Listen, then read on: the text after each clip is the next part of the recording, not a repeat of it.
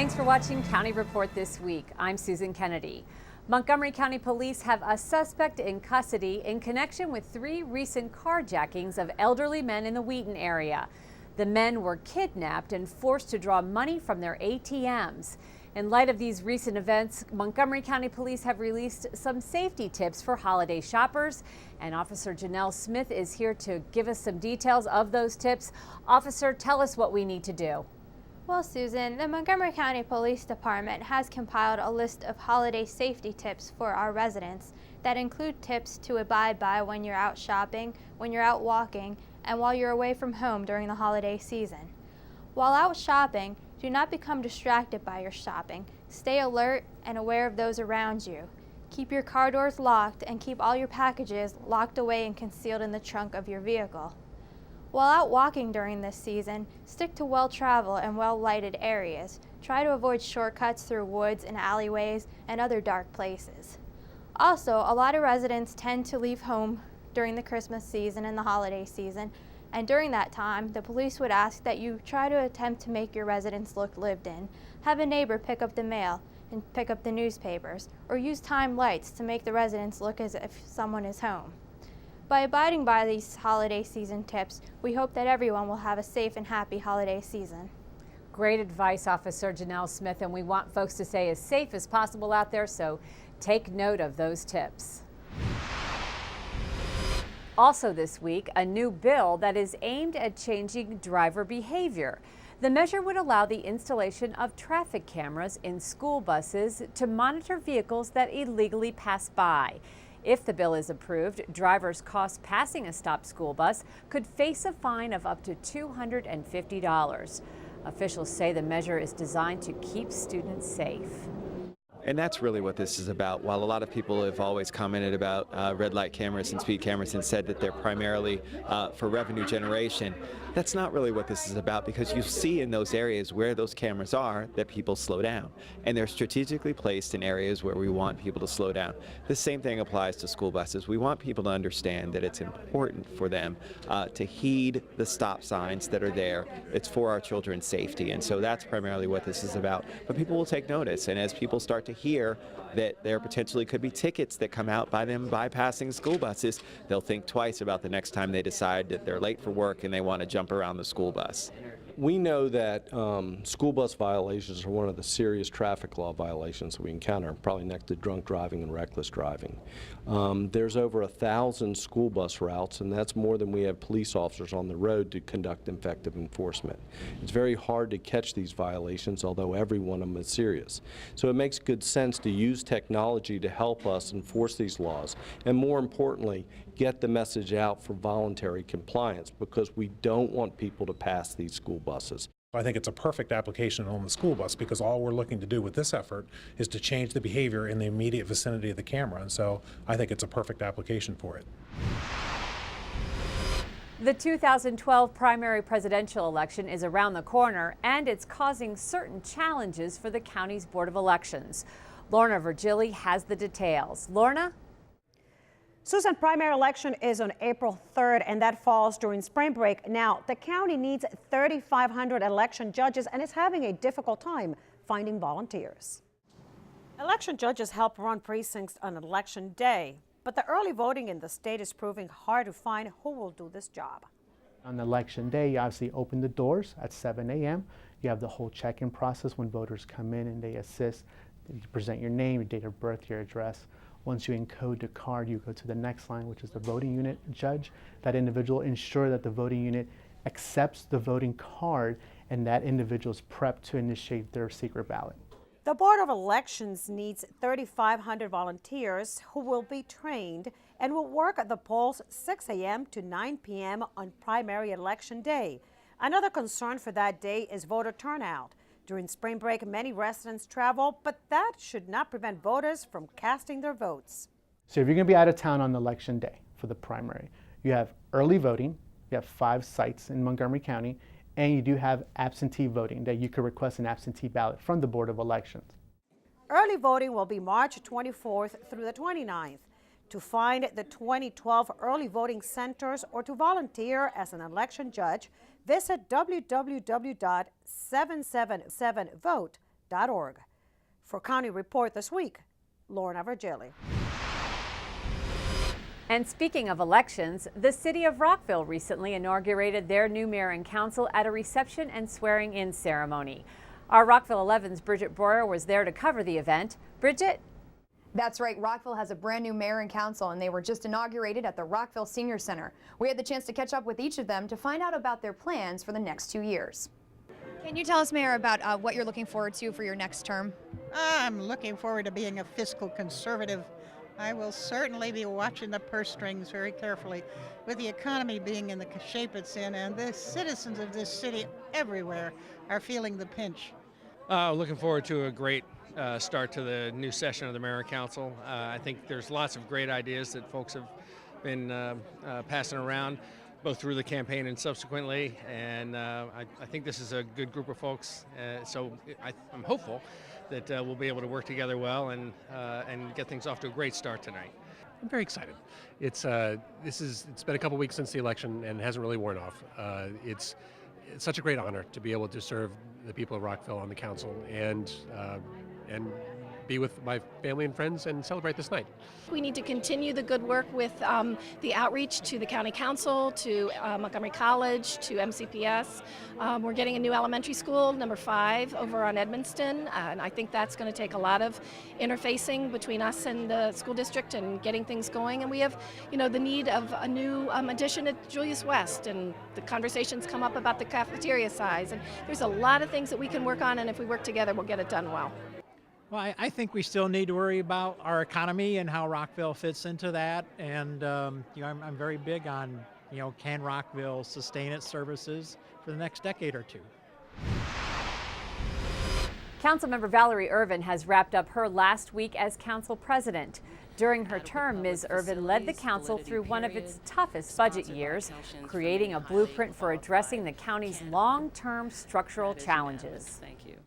The thing that I remember about this year was how the council stuck together, and we took several unanimous votes during the budget that really set this county on the course of greatness, I think, moving forward. And some of what we did was very controversial, but I think that my predecessor will be very happy that we took the hard votes in the first year of the council. Everything from, what we did on the maintenance of effort, to some of the changes we made in the budget for the long term. I think it solidified our AAA bond rating. And these weren't the sexy things that you get to do as council president, but they were the necessary things. Still ahead on County Report this week, approval of a plan that will transform the Wheaton Central Business District. And a new after-school program that looks to keep kids busy in a positive way. When County Report this week continues.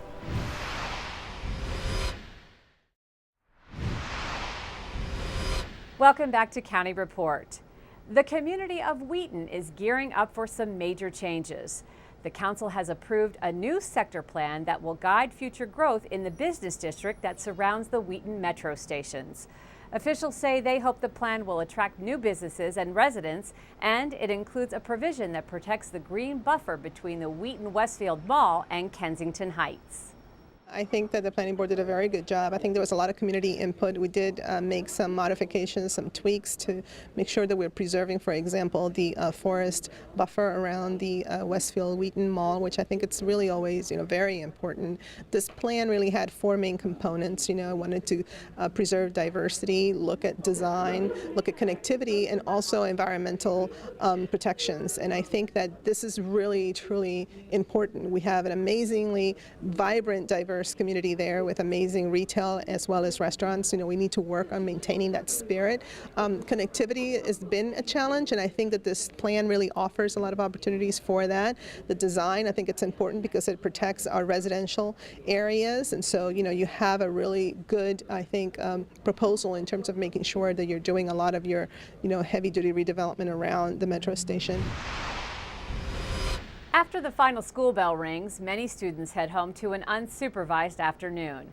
But for some middle school students at MCPS, they are taking part in a pilot program where they can engage in sports, the arts, career exploration, and a variety of educational opportunities. The program, called Excel Beyond the Bell, is part of the county's Positive Youth Initiative. The county executive, the county council, and Montgomery County Public Schools hereby proclaim Thursday, October 20th, 2011 as Lights On After School Day. Lights On After School Day is a national event celebrating the importance of providing safe, quality after-school programs to our students. As part of that celebration, community members and leaders visited Loiterman Middle School to see firsthand one of the county's after-school programs in action. What we're going to do is take our sheets of paper. This program, called Excel Beyond the Bell, is being piloted at Argyle, Clemente, and Loiterman Middle Schools, and is a partnership between the Montgomery County Collaboration Council, Montgomery County Public Schools, and the Montgomery County Recreation Department. This truly is a remarkable partnership. We should be thinking about in-school programs and after-school programs as one unit, because the learning does not stop when the last bell rings. A 30-week program, Excel Beyond the Bell, is offered 4 days a week right after school until 5:15 p.m. That is also the time that our young people are in most jeopardy. 1, 2, 3, Loiterman! Good job, fellas, good job. We just come out here, we play basketball, have a good time, and that's all we do out here. Often we think of it as, and we use the term extracurricular, but really it's co-curricular. You know, it goes right hand in hand with what we're doing during the school day. We're building remote control cars or radio control cars. So this is dealing with the STEM initiative, in which STEM is an acronym that deals with science, technology, engineering, and mathematics. And putting these cars together encompasses all 4 of those key points. If we didn't have these after-school programs, I would be sitting home on the couch eating Oreo cookies. It gives me something to do, and I get to hang out with my friends. I do a dance program called Clancy Works. 1, 2, 3, 4, 5. I think it will give my daughter a sense of who she is and to help her to find her place in this world. I like this after-school thing because you get free stuff, but also you get to do really fun stuff. Lights on after school! Yay! Some Montgomery College faculty, staff, and students have formed a committee to address sustainability and green practices throughout the college community. Our friends at MCTV have this report. The first meeting of the new MC Green Team Committee met recently to discuss what Montgomery College is doing and should be doing in the area of sustainability. We do have general goals of enhancing the sustainability of the college, both in terms of its buildings and in terms of the behavior of the people in the buildings. I am so excited for us to have a green team. I mean, I think this college has been green since I've been here. I see having a green team be that we can all speak with one voice. Montgomery College already has a successful recycling program in place and gets a large percentage of its electrical power from wind sources through the use of renewable energy credits. Many courses of study at the college have a sustainability element, including the architecture program. I think if you're just learning something, you're just learning about construction or architecture, if you start out with the sense that your building has to make as little damage to the earth, you know, actually trying to contribute to the well-being of the environment, what an ideal way to start your education in architecture and construction. Student involvement is also a major priority of the committee. They might be driving the wagon right now. I am also the faculty advisor for the MC Green Student Club. We've actually had this student club in past years, but it's reinvigorated this year. And during the Involvement Fest at the beginning of the fall semester, we had over 25 students sign up to be a part of the MC Green Student Club. Today's students, like the 18-year-old student at Montgomery College today, grew up, in this county, grew up recycling in elementary school. So if we have recycling bins in the halls, this is just something they grew up with. Having the college-wide sustainability committee working and this student club working together to achieve some objectives, I'm really excited about the potential there. Still to come, the county is looking for innovative ways to get students to make healthier food choices. And we'll tell you how the arrival of the Purple Line could affect the community of Chevy Chase Lake. Stay with us.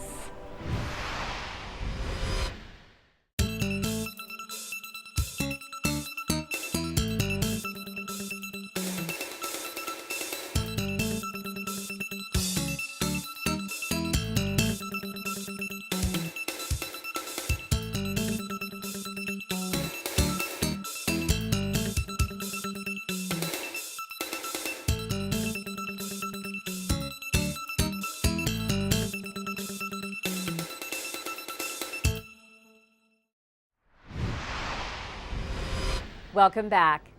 The county is continuing its work to make sure students are eating healthy both inside and outside of school.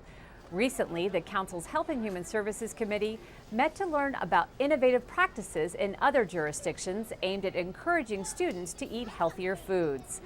Councilmember Nancy Navarro told us the county is looking at ways to capitalize on emerging school food trends and how they might be implemented here. One of the main components is for them to work with the Board of Education to address some of the issues around nutritious lunches, and meals in general in the school system. The school system does have to work with USDA on their nutritious meals that they offer, but I think that if we can find a way to connect with our local farmers and provide some of those nutritious vegetables and fruits, etc., it would really go a long way in our goals towards, reduction of obesity as well as just general nutrition. So we're very excited about it, and we look forward for them to come back and give us an update on how their conversations have resulted in some actual outcomes. Chevy Chase Lake is a community of mixed housing and commercial strip centers along Connecticut Avenue. The revised sector plan for this area of the county is designed to take advantage of the existing retail and commercial services without compromising the existing character of the neighborhood.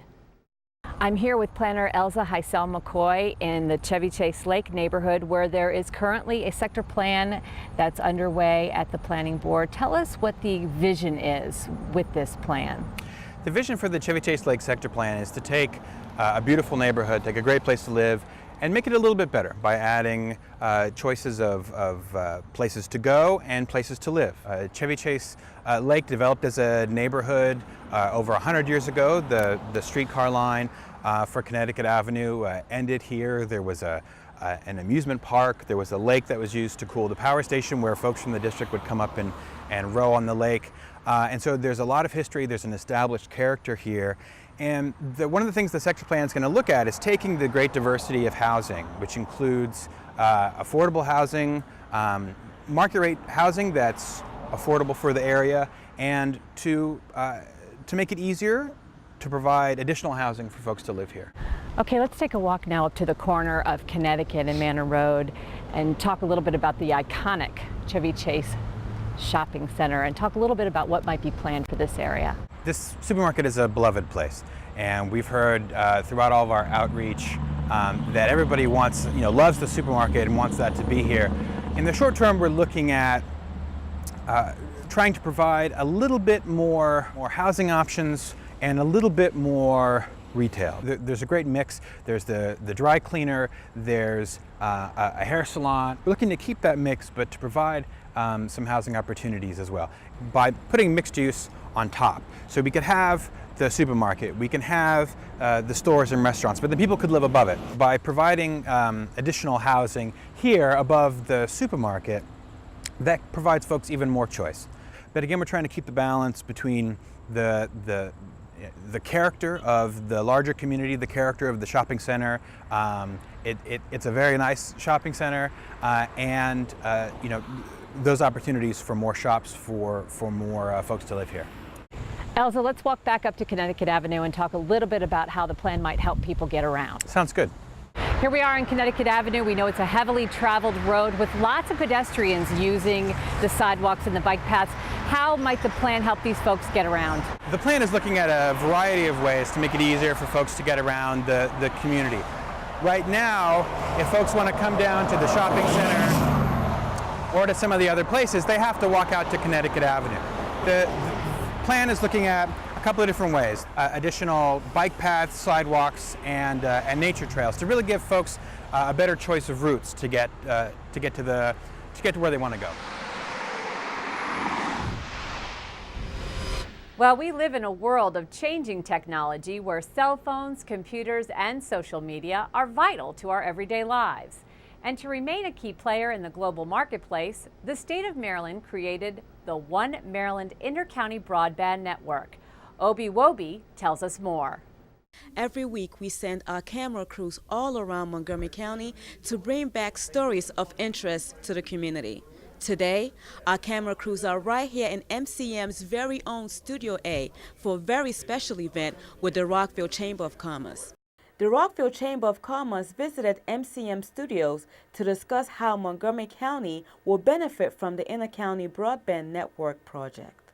So to have the ability to really do the connectivity and the interoperability in a way that really makes sense and saves the taxpayers millions of dollars is something that will be a reality in Maryland, different, unlike any other jurisdiction in the country.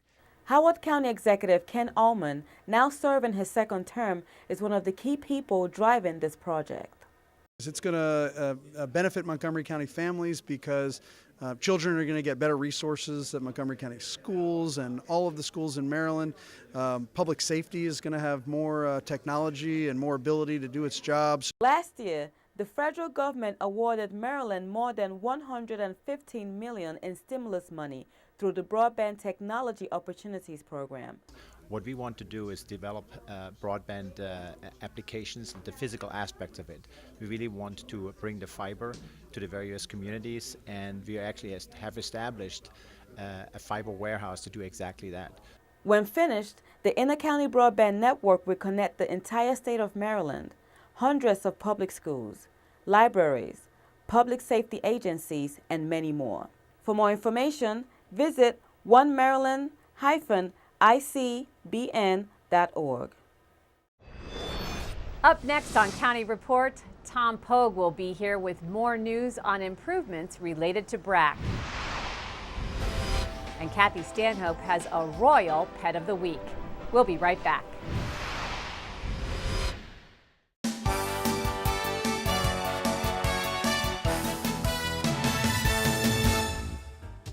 Now's the best time to register for Montgomery College's spring semester to make sure you get your first choice of classes.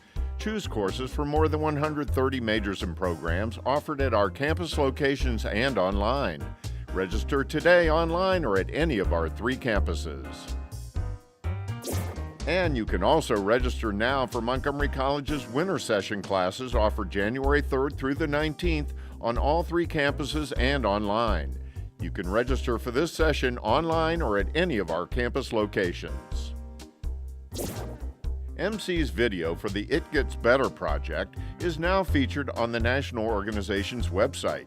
Produced by MCTV, the video shares personal stories of students, faculty, staff, and administrators and offers encouragement to LGBT students.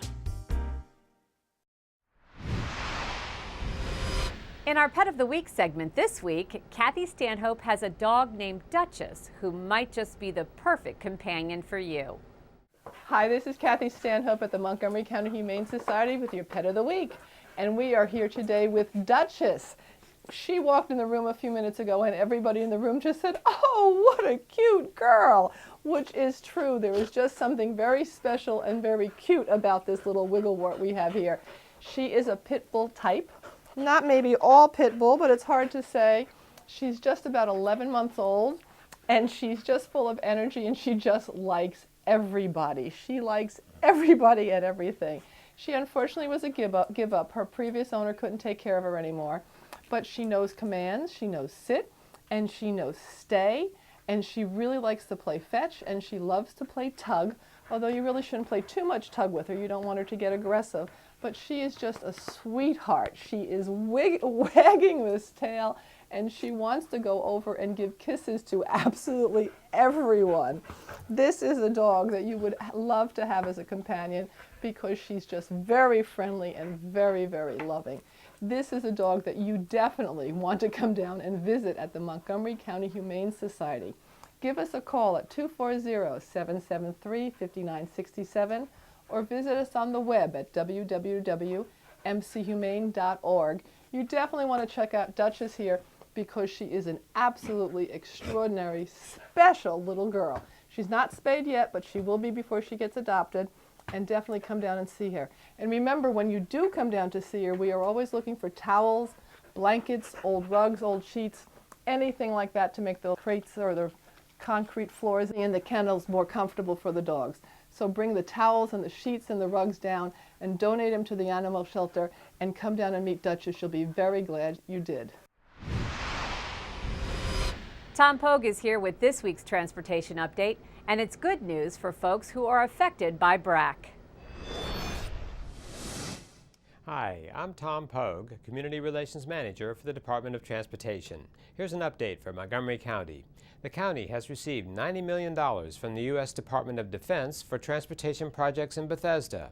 The funds will be used to address traffic congestion resulting from the move of the Walter Reed Army Medical Center to the National Naval Medical Center under the Base Realignment and Closure Act.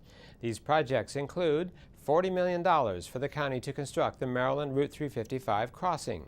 The project will install deep elevators on the east side of the pike to the metro station platform and a pedestrian tunnel for bus and carpool commuters and walkers. $49 million for the state to construct improvements at 4 major intersections: Rockville Pike at Cedar Lane and at Jones Bridge Road, Connecticut Avenue at Jones Bridge Road, and West Cedar Lane at Old Georgetown Road. These projects are in addition to new or renovated bike paths and sidewalks MCDOT has already constructed at the medical complex. Together, they will improve transit and vehicle mobility and promote pedestrian safety. For more information, visit the county's website at montgomerycountymd.gov. We're working to keep you moving.